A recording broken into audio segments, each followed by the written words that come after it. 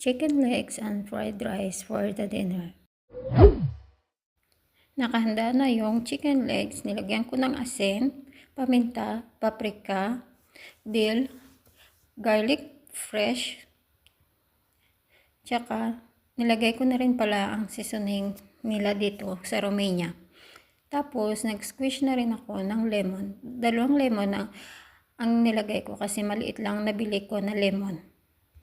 Ako pala yung nagde-decide kung anong kakainin nila sa gabi dahil sa gabi lang sila kumakain.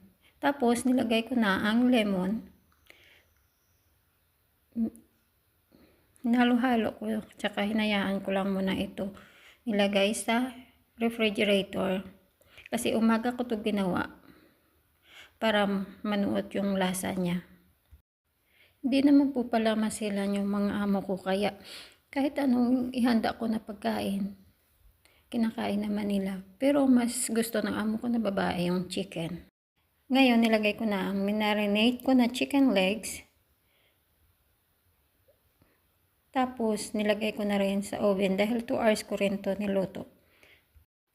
Habang nakasalang yung chicken, gisa na ako ng baboy, tsaka konting green peas. Fresh po pala yung nilagay ko. Tapos, naglagay ako ng konting asin tsaka paminta para hindi siya dumikit. Nagdagan ko na rin ng bell pepper. Nagtaka po kayo bakit walang bawang. Nilagyan ko na rin ng rice na sinain ko kanina. Basmati rice po pala nagamit ko kasi pag yung rice nila dito pang risotto, malambot siya. Kaya mas okay yung basmati rice. Hinalo-halo ko lang saglit, tsaka nilagyan ko na rin ito ng onion powder. Dahil dumating na yung mga amo ko, kakain na sila ng hapunan.